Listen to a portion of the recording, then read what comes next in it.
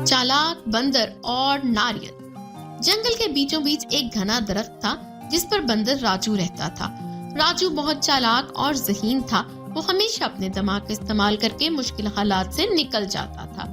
जंगल के जानवर उसकी चालाकी की मिसालें दिया करते थे। एक दिन राजू को सख्त भूख लगी। वो खाने की तलाश में इधर उधर घूमने लगा। अचानक उसकी नजर एक दरख्त पर पड़ी जिस पर बहुत सारे नारियल लगे हुए थे।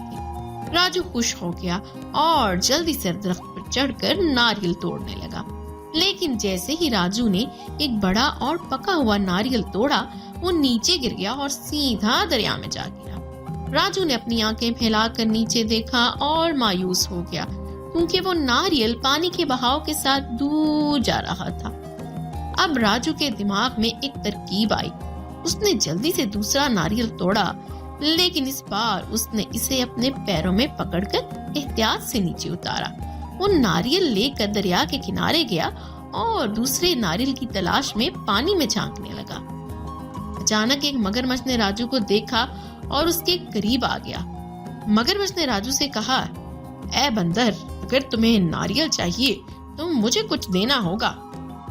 राजू ने फौरन अपनी चालाकी का मुजाहिरा करते हुए कहा, जरूर, लेकिन मैं तुम्हें एक बहुत खास नारियल दूंगा जो शहद से भरा हुआ है।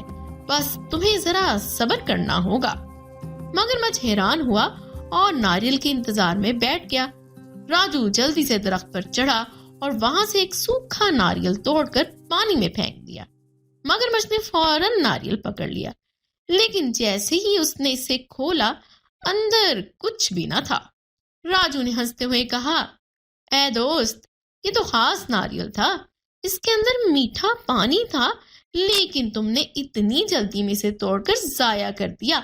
अगर तुम दोबारा चाहो तो मैं तुम्हें दूसरा लाकर दूं। मगरमच्छ को अंदाजा हो गया कि राजू ने उसे चालाकी से बेवकूफ बना दिया है। वो गुस्से में आकर दरिया में गोता लगाकर गायब हो गया।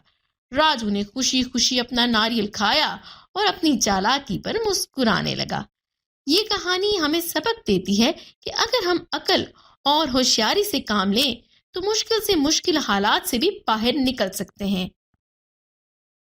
मजीद ऐसी दिलचस्प और मजेदार कहानियाँ सुनने के लिए अभी हमारे चैनल को सब्सक्राइब कीजिए। तब तक के लिए अल्लाह हाफिज।